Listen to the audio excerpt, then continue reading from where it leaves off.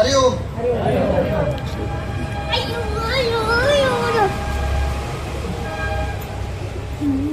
ಶ್ರೀ ಪತಂಜಲಿ ಯೋಗ ಶಿಕ್ಷಣ ಸಮಿತಿ ರಿಜಿಸ್ಟರ್ ಕರ್ನಾಟಕ ಕೇಂದ್ರ ಶಾಖೆ ತುಮಕೂರು. ಇವತ್ತಿಂದ ಸುಮಾರು 45 ವರ್ಷಗಳ ಹಿಂದೆ ಒಬ್ಬ ವ್ಯಕ್ತಿ ಒಂದು ಸಂಕಲ್ಪವನ್ನು ಮಾಡ್ತಾರೆ. ಇವಾಗ ನೋಡಿ, ನಮ್ಮ ಸಮಾಜದಲ್ಲಿ ಏನೇ ಒಂದು ಬದಲಾವಣೆ ಆಗಲಿ, ಏನೇ ಒಂದು ಅದ್ಭುತ ಸಾಧನೆಗಳಾಗಬೇಕಂದ್ರೆ it starts with one person, ಒಬ್ಬ ವ್ಯಕ್ತಿಯಿಂದ ಸ್ಟಾರ್ಟ್ ಆಗುತ್ತೆ. ಹೇಗೆ ನಮ್ಮ ಅಗ್ನಿಗಿರಿ ಗುರುಗಳು ಈ ಆಶ್ರಮವನ್ನು ಕಟ್ಟಿ ಇವತ್ತು ಇಷ್ಟು ಸಾವಿರಾರು ವಿದ್ಯಾರ್ಥಿಗಳಿಗೆ ಹೇಗೆ ದಾರಿ ದೀಪವಾಗಿದ್ದಾರಲ್ಲ, ಹಾಗೆ ಒಬ್ಬ ವ್ಯಕ್ತಿ ಒಂದು ಕನಸು ಕಾಣ್ತಾರೆ ಸುಮಾರು 45 ವರ್ಷದಿಂದ. ಏನಪ್ಪ, ಸಮಾಜದಲ್ಲಿ ಏನೋ ಒಂದು ಅದ್ಭುತವಾದ ಬದಲಾವಣೆ ಆಗಬೇಕು. ಹೇಗೆ ಈಗಿನ ಪರಿಸ್ಥಿತಿಯಲ್ಲಿ ದ ಮೂಮೆಂಟ್ ನಾವು ಮನೆಯಿಂದ ಕಾಲನ್ನ ಹೊರಗಡೆ ಇದ್ದ ತಕ್ಷಣ ಏನಾಗುತ್ತೆ, ಬರೀ ಎಲ್ಲಿ ನೋಡಿದ್ರು ಕೆಟ್ಟದ್ದನ್ನ ಕೇಳೋದು ಜಾಸ್ತಿ. ನಾವು ಕೆಟ್ಟ ವಿಚಾರಗಳು, ಒಂದು ಸೋಷಿಯಲ್ ಮೀಡಿಯಾ ನೋಡಿ, ಟಿವಿ ಆನ್ ಮಾಡಿ, ಅಲ್ಲಿ ಒಂದೇ ಕೆಟ್ಟ ವಿಚಾರಗಳಂದ್ರೆ ನಮ್ಮ ಮನಸ್ಸಿನ ಭಾವನೆಗಳನ್ನು ಕದಡುವಂಥ ಆಲೋಚನೆಗಳು ನಡೀತಾ ಇರ್ತದೆ. ಸೊ ಇದನ್ನೆಲ್ಲ ಶುದ್ಧಿಗೊಳಿಸ್ಬೇಕಂದ್ರೆ ಯಾವುದರಿಂದ ಸಾಧ್ಯ? ಯೋಗದಿಂದ ಮಾತ್ರ ಸಾಧ್ಯ. ಇದನ್ನ ಜಗತ್ತಿಗೆಲ್ಲ ಪ್ರಚರಿಸಬೇಕಂತ ಹೇಳಿ ಒಬ್ಬ ವ್ಯಕ್ತಿ ಸಂಕಲ್ಪ ಮಾಡ್ತಾರೆ, ಶ್ರೀ ರಾಮಸ್ವಾಮಿ ಅಂತ ಹೇಳ್ಬಿಟ್ಟು. ಸೊ 1980ನೇ ಇಸ್ವಿಯಲ್ಲಿ ಮಲ್ಲಾನಹಳ್ಳಿ ಶ್ರೀ ರಾಘವೇಂದ್ರ ಸ್ವಾಮಿಗಳ ಆಶೀರ್ವಾದದೊಂದಿಗೆ ಪೂಜನೀಯ ಅಜಿತ್ ಕುಮಾರ್ ಅಣ್ಣನ್ ಅಂತ ಒಬ್ಬರಿದ್ದಾರೆ. ಅವರು ಹೋಗಿ ಇವ್ರು ಸಲಹೆ ಕೇಳ್ತಾರೆ, ಅಣ್ಣ ನಾವು ಯೋಗಾಭ್ಯಾಸವನ್ನು ಮಾಡಬೇಕು ಅಂತ ಅಂದ್ಕೊಂಡಿದ್ವಿ ಅಂತ ಹೇಳ್ತಾರೆ. ಆಯ್ತಪ್ಪ, ನೀನು ಯೋಗಾಭ್ಯಾಸ ಮಾಡ್ತೀಯ, ಯಾಕೆ ಮಾಡ್ತೀಯಾ ಅಂತ ಕೇಳ್ತಾರೆ ಅವರು. ನೀನು ಯಾಕೆ ಯೋಗಾಭ್ಯಾಸ ಹೇಳ್ಕೊಡ್ಬೇಕು ಅಂದ್ಕೊಂಡಿದ್ಯಾ, ಅದನ್ನು ಕಲ್ತ್ಕೊಂಡು ಬಾ ಅಂತ, ಅದನ್ನ ವಿಚಾರ ಮಾಡ್ಕೊಂಡು ಬಾ ಅಂತ ಹೇಳ್ತಾರೆ. ಇವ್ರು ವಿಚಾರ ಮಾಡಿ ಮಾರನೇ ದಿನ ಹೋಗಿ ಹೇಳ್ತಾರೆ, ಅಣ್ಣ ನಾವು ಯೋಗಾಭ್ಯಾಸನ ಆರೋಗ್ಯವನ್ನು ಚೆನ್ನಾಗಿ ಮಾಡಬೇಕು ಅಂತ ಅಂದ್ಕೊಂಡಿದ್ದೆ. ನಿನ್ನ ಆರೋಗ್ಯ ನೀನು ಚೆನ್ನಾಗಿ ಇಟ್ಕೊಂಡ್ರೆ ಇನ್ನೇನಾಗುತ್ತೆ? ನಿನ್ನ ಆರೋಗ್ಯ ನೀನು ಚೆನ್ನಾಗಿ ಇಟ್ಕೊಳ್ತೀಯ, ನಿನ್ನ ಕುಟುಂಬದವರು ಚೆನ್ನಾಗಿಡ್ತೀಯ, ಸಮಾಜಕ್ಕೆ ಯೋಗ ಹೇಳ್ಕೊಡ್ತೀಯ. ಬಟ್ ಏನೋ ಒಂದು ಉದ್ದೇಶ ಬೇಕಲ್ಲ, ನಿನ್ನ ಉದ್ದೇಶ ಏನಿದೆ ಅದನ್ನು ಕಂಡು ಹಿಡ್ಕೊಂಡು ಬಾ ಅಂತ ಹೇಳ್ತಾರೆ. ಇವ್ರು ಮತ್ತೆ ಹೇಳ್ತಾರೆ, ಓಕೆ, ಅವ್ರೇನು ಹೇಳ್ತಾರೆ, ಯೋಗವನ್ನು ಸಮಾಜದಲ್ಲಿರೋ ಪ್ರತಿಯೊಂದು ವ್ಯಕ್ತಿಗಳಿಗೂ, ರೋಗಿಗಳು, ಮುಂಚೆ ಎಲ್ಲ ಏನು ಪರಿಕಲ್ಪನೆ ಇತ್ತು, ಈಗಲೂ ಯೋಗಾಭ್ಯಾಸ ಅಂದ ತಕ್ಷಣ ಆಗಿರಬೇಕು, ವಯಸ್ಸಾಗಿರ್ಬೇಕು, ಮುದುಕರಾಗಿರ್ಬೇಕು, ಅಥವಾ ಕೈಕಾಲು ನೋವು ಬರಬೇಕು, ಡಾಕ್ಟರ್ ಹತ್ರ ಟ್ರೀಟ್ಮೆಂಟ್ ಸಿಗಲ್ಲ, ಆವಾಗ ಯೋಗಾಭ್ಯಾಸ ಮಾಡೋಂಥದ್ದು. ಬಟ್ ಹಾಗಲ್ಲ. ನಾವೆಲ್ಲ ಏನು ತಿಳ್ಕೊಂಡಿದ್ದೀವಿ, ಸುಮಾರು ಜನ ಯೋಗ ಅಂದರೆ ನಮ್ಮ ದೇಹನ ಗಟ್ಟಿಯಾಗಿ ಇಟ್ಕೊಳ್ಳೋಕ್ಕೆ, ಅಥವಾ ರೋಗ ಬಂದ ಮೇಲೆ ನಾವು 30 ವರ್ಷದವರೆಗೂ ಸಿಕ್ಕಿ ತಿಂದು ಮಜಾ ಮಾಡಿ ಎಲ್ಲ ಡಾಕ್ಟರ್ ಟ್ರೀಟ್ಮೆಂಟ್ ಅವ್ರದ್ದು ಏನೋ ನಡೆಯೋಕ್ಕೆ ಸಾಧ್ಯ ಆಗದೆ ಇರುವಾಗ ನಾವು ಯೋಗಾಭ್ಯಾಸ ಮಾಡಬೇಕು. ಆವಾಗ ನಮ್ಮದು ಆಧ್ಯಾತ್ಮಿಕ ಜೀವನ ಶುರು ಆಗ್ತದೆ.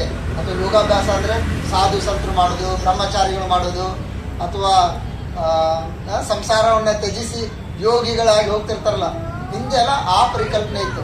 ಅದೆಲ್ಲ ನಾವು ಅಂದ್ಕೊಂಡಿರೋದಷ್ಟೇ. ಬಟ್ ನಿಜವಾದ ಯೋಗ ಅಂದರೆ ಯಾವ ವ್ಯಕ್ತಿ ಸಣ್ಣ ಮಗುವಿಂದ, ಈಗ ಎಲ್ಲ ಚಿಕ್ಕ ಮಕ್ಕಳು ಬೆಳೀತಾ ಇದ್ರಲ್ಲ, ಈ ವಯಸ್ಸಿನಿಂದ ಅವರು ಯೋಗವನ್ನು ಹೇಳಿಕೊಟ್ರೆ ಸಮಾಜ ಎಷ್ಟು ಸದೃಢವಾಗ್ತದೆ ಅಂತಂದರೆ, ನಮ್ಮಲ್ಲೆಲ್ಲ ಎಷ್ಟೊಂದು ಶಕ್ತಿ ಇದೆ. ಒಬ್ಬ ವ್ಯಕ್ತಿಯನ್ನು ವಿವೇಕಾನಂದರನ್ನ ಮಾಡ್ಬೋದು, ಒಬ್ಬ ವ್ಯಕ್ತಿಯನ್ನು ಅಸಾಮಾನ್ಯ ವ್ಯಕ್ತಿಗಳನ್ನ ಮಾಡ್ಬೋದು. ಅಷ್ಟು ಸಾಧನೆ ಈ ಯೋಗ ಮೂಲಕ ಇದೆ. ಈ ಯೋಗಾಭ್ಯಾಸವನ್ನು ಪ್ರಪಂಚದ ಮೂಲೆಗೂ ಒಂದು ಹಳ್ಳಿಯ ಕಟ್ಟ ಕಡೆಯ ವ್ಯಕ್ತಿಗೂ ಉಚಿತವಾದ ಯೋಗ ಶಿಕ್ಷಣ ಜೊತೆಗೆ ಅವರಿಗೆ ಸಂಸ್ಕಾರವನ್ನು ಹೇಳ್ಕೊಡೋದು. ಈಗಿನ ಮಕ್ಕಳಲ್ಲಿ ಸುಮಾರು ಜನಕ್ಕೆ ಸಂಸ್ಕಾರ ಅನ್ನೋದಿಲ್ಲ. ನೋಡಿ, ಅಣ್ಣಂದ್ರೆಲ್ಲ ಇಲ್ಲಿರೋ ಮಕ್ಕಳು ಎಷ್ಟೋ ಪುಣ್ಯ ಅಂದರೆ, ಯಾಕಂದ್ರೆ ದೊಡ್ಡವ್ರು ಬಂದರೆ ಎದ್ದಿನ ಮರ್ಯಾದೆ ಕೊಡ್ತಾರೆ, ಮಾತಾಡಿಸ್ತಾರೆ. ಏನು ಯಾಕೆ ಅಂತ ನೀವೆಲ್ಲ ಇಂಗ್ಲೀಷ್ ಮೀಡಿಯಂ ಸ್ಕೂಲಲ್ಲಿ ಹೋಗಿ ವೈ ಕಮ್ ಏರ್ ಅಂತ ಹೇಳ್ತಾರೆ.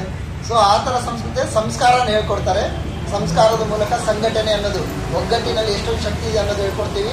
ಹಾಗೂ ಸೇವೆ, ನಾವು ಸಂಸ್ಕಾರ ಬೆಳೆಸ್ಕೊಂಡಿರೋ ಸಂಘಟನೆ ಮಾಡಿಕೊಂಡು ಸಮಾಜದಲ್ಲಿ ಹೇಗೆ ಸೇವನೆ ಮಾಡ್ಕೊಳ್ಳೋದಂತ ಹೇಳ್ಬಿಟ್ಟು ಆ ಮೂಲ ಉದ್ದೇಶಗಳಿಂದ 1980ರಲ್ಲಿ ಸ್ಟಾರ್ಟ್ ಮಾಡಿದರು. ಇನಿಷಿಯಲಿ ತುಂಬ ಕಷ್ಟ ಇತ್ತು.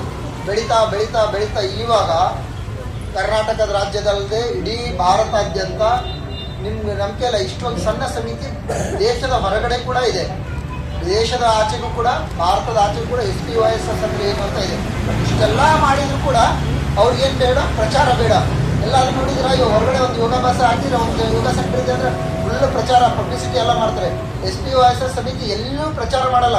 ಎಲೆ ಮರೆ ಕಾಯಿ ಹಿಂದೆ ಹಿಂಗೆ ಏನು ಪ್ರಚಾರವಿಲ್ಲದೇ ಉಚಿತವಾದ ಶಿಕ್ಷಣವನ್ನು ಮನೆಗೂ ಹೋಗಿ ಪ್ರಚಾರ ಮಾಡಿ ಹೇಳ್ಕೊಟ್ಟು ಇದು ಮಾಡ್ತಾರೆ. ಸೋಷಿಯಲ್ ಮೀಡಿಯಾದಲ್ಲಿ ಮಾಡಲ್ಲ, ಟಿವಿನಲ್ಲಿ ಮಾಡಲ್ಲ, ಎಲ್ಲೂ ಇದೆಲ್ಲ ಯಾವುದೂ ಪ್ರಚಾರ ಮಾಡಲ್ಲ, ಯಾವುದೂ ದುಡ್ಡು ತಗೊಳ್ಳಲ್ಲ. ಉಚಿತವಾಗಿ ಮನೆಗೆ ಪ್ರತಿಯೊಬ್ಬರು ಅಲ್ಲಿ ಒಂದೊಂದು ಸಣ್ಣ ಪುಟ್ಟ ಶಾಖೆಗಳನ್ನ ತೆಗೆದು ಒಂದು ಯೋಗಾಭ್ಯಾಸವನ್ನು ಹೇಳ್ಕೊಡ್ತೀವಿ. ಅಲ್ಲಿ ಒಬ್ರು ಯಾರಾದರೂ ಆಸಕ್ತರನ್ನು ಉತ್ತಮವಾದ ಶಿಕ್ಷಕರನ್ನು ತಯಾರು ಮಾಡ್ತೀವಿ. ಈಗ ನೋಡಿ ಅಣ್ಣ ಒಬ್ರು ಯಾರೋ ಮಾಡಿಸಿದ್ರಲ್ವಾ, ಒಂದೇ ತಿಂಗಳು ಅವ್ರು ಟ್ರೈನಿಂಗ್ ತೊಗೊಂಡಿದ್ದು ಎಷ್ಟು ಚೆನ್ನಾಗಿ ಮಾಡಿಸಿದ್ರು ಅವರು. ಸೊ ಆ ಥರ ಒಂದು ಉತ್ತಮ ಶಿಕ್ಷಕರನ್ನ ತಯಾರು ಮಾಡೋದು, ಆ ಶಿಕ್ಷಕರ ಪ್ರೇರೇಪಣೆ ಕೊಟ್ಟು ಮತ್ತೆ ಇನ್ನು ಹೆಚ್ಚು ಶಿಕ್ಷಕರನ್ನ ಇದು ಮಾಡೋದು. ಸೊ ಹೀಗೆ ಮಾಡ್ತಾ ಮಾಡ್ತಾ ಇವಾಗ ಭಾರತಾದ್ಯಂತ ಪ್ರಚಾರಗೊಂಡಿದೆ. ಇನ್ನೂ ಈ ಥರ ಹೆಚ್ಚು ಹೆಚ್ಚು ಶಾಖೆಗಳು ಇದಾಗಲಿ, ಹೆಚ್ಚು ಹೆಚ್ಚು ಉನ್ನತ ಶಿಕ್ಷಕರು ಬರಲಿ. ಈ ಯೋಗ ಜೀವನವನ್ನು ನಾವು ಪ್ರತಿನಿತ್ಯ ಜೀವನದಲ್ಲಿ ಅಳವಡಿಸ್ಕೊಂಡ್ರೆ ಜೀವನ ಎಷ್ಟು ನೆಮ್ಮದಿಯಿಂದ ಸಾಗಿಸ್ಬೋದು. ಅಂದರೆ ನಮ್ಮ ಹತ್ರ ಏನಿದೆ ಇದ್ದಿದ್ರಲ್ಲೇ ತೃಪ್ತಿಕರ ಜೀವನವನ್ನು ಮಾಡೋದನ್ನ ಈ ಯೋಗಾಭ್ಯಾಸ ಕಲಿಸುತ್ತೆ. ಸೊ ಹೀಗೆ ಈ ಸಮಿತಿ ಮನೆ ಮನೆಗೂ ಇದಾಗಿ ಎಲ್ಲರ ಸಾವಿರಾರು ಜನ ಶಿಕ್ಷಕರನ್ನ ಇದು ಮಾಡಿದೆ. ಎಷ್ಟೋ ಸಮಾಜ ಸುಧಾರಕ ಸೇವೆ ಮಾಡಿದೆ. ಇದ್ರ ಜೊತೆಗೆ ನಾವೇನು ಮಾಡ್ತೀವಿ, ಸಹಲ್ ಕಾರ್ಯಕ್ರಮ ಅಂತ ಮಾಡ್ತೀವಿ, ಮಾತೃ ಭೋಜನ ಕಾರ್ಯಕ್ರಮ ಅಂತ ಮಾಡ್ತೀವಿ. ಬೆಳದಿಂಗಳ ಊಟ ಹೇಗೆ ಅನ್ನೋದನ್ನ ಮಕ್ಕಳಿಗೆ ಇತ್ತೀಚೆಗೆ ಚಿಕ್ಕವರಿದ್ದಾರೆ ಅಮ್ಮ ತಾಯಿ ಹೊರಗಡೆ ಬಂದು ಚಂದಮಾಮನ ತೋರಿಸಿ ಊಟ ಮಾಡಿಸ್ತಿದ್ರು. ಈಗ ಮಕ್ಕಳಿಗೆ ಚಂದಮಾಮ ಅಂದ್ರೂ ಗೊತ್ತಿಲ್ಲ, ಯಾಕಂದ್ರೆ ಟಿವಿ ಮುಂದೆ ಮೊಬೈಲ್ ಮುಂದೆ ಅಂತ ಹೊರಗಡೆ ಬರೋಕೆ ಇದು ಇಲ್ಲ ಅವ್ರಿಗೆ, ಅಷ್ಟೊಂದು ಬಿಸಿ ಆಗಿಬಿಟ್ಟಿದ್ದಾರೆ. ಸೊ ಬೆಳದಿಂಗಳ ಊಟ ಅಂತ ಮಾಡಿಸ್ತೀವಿ. ಮಾತೃ ಭೋಜನ ಕಾರ್ಯಕ್ರಮ ಇವತ್ತು ಮಾಡಿದ್ದೀವಿ, ಇದೊಂದು ಅದ್ಭುತವಾದ ಕಾರ್ಯಕ್ರಮ. ಹಾಗೆ ವನ ಮಹೋತ್ಸವ ಕಾರ್ಯಕ್ರಮ ಮಾಡ್ತೀವಿ. ಆವಾಗ ರಕ್ತದಾನ ಶಿಬಿರಗಳು, ಮತ್ತೆ ಇದು ಬಂದಾಗ ಹಬ್ಬ ಬಂದಾಗ ಯುಗಾದಿ ಕಾರ್ಯಕ್ರಮ, ರಕ್ಷಾಬಂಧನ ಕಾರ್ಯಕ್ರಮ. ಸೊ ಹೀಗೆ ಏನೇನು ವಿಶೇಷ ಹಬ್ಬಗಳು ಬಂದಾಗ ಆ ಹಬ್ಬಗಳ ಹಿನ್ನೆಲೆ ಏನು, ನಮ್ಮ ಸಂಸ್ಕಾರ ಸನಾತನ ಧರ್ಮದ ಮಹತ್ವ ಏನು, ಇದನ್ನ ಪ್ರತಿಯೊಬ್ಬರಿಗೂ ಯೋಗ ಜೀವನದ ಮೂಲಕ ಪ್ರತಿಯೊಬ್ಬರಿಗೂ ಪ್ರಚಾರ ಮಾಡ್ತಾ ಈ ಸಮಿತಿ ಅತಿ ದೊಡ್ಡದಾಗಿ ಬೃಹತ್ ಮರವಾಗಿ ಬೆಳೆದಿದೆ. ಇದಕ್ಕೆ ನಿಮ್ಮಂಥ ರಂಬೆ ಕೊಂಬಗಳು, ಈ ಚಿಕ್ಕ ಮಕ್ಕಳಿದಾರಲ್ಲ, ನೀವೇ ರಂಬೆ ಕೊಂಬಗಳಾಗಿ ಇದರಿಂದ ಕಲಿತಿರೋ ಶಿಕ್ಷಣ ಜೀವನದಲ್ಲಿ ಅಳಿಸ್ಕೊಂಡಿದ್ದು ನೀವಷ್ಟೇ ಕಲಿದರೆ ನಿಮ್ಮ ಕುಟುಂಬದವರಿಗೂ ಕಲಿಸಿ ಅಕ್ಕಪಕ್ಕದ ಜನರನ್ನು ಸುಧಾರಣೆ ಮಾಡೋದು ನಮ್ಮ ಸಮಿತಿ ಉದ್ದೇಶ ಆಗಿದೆ. ಸೊ ಈ ಸದುದ್ದೇಶಗಳನ್ನು ನಮ್ಮ ಜೀವನದಲ್ಲಿ ಅಳವಡಿಸಿಕೊಂಡು ನಾವೆಲ್ಲರೂ ದೇಶದ ಉನ್ನತಿಗಾಗಿ, ಸಮಾಜದ ಉನ್ನತಿಗಾಗಿ ಶ್ರಮಿಸೋಣ ಅಂತ ಹೇಳ್ತಾ ಸಮಿತಿಯ ಪರಿಚಯ ಮಾಡೋಕ್ಕೆ ಅವಕಾಶ ಮಾಡಿಕೊಟ್ಟ ಸಮಿತಿಗೆ ವಂದನೆಗಳನ್ನು ಅರ್ಪಿಸ್ತೀನಿ. ಅತಿ ಸುಂದರವಾಗಿ SPOSSನ ಪರಿಚಯ ಮಾಡಿಕೊಟ್ಟಂತಹ ಶ್ರೀ ವಸಂತ ಅಣ್ಣನವರಿಗೆ ಸಮಿತಿಯ ಪರವಾಗಿ ವಂದನೆಗಳನ್ನು ಸಲ್ಲಿಸುತ್ತೇನೆ.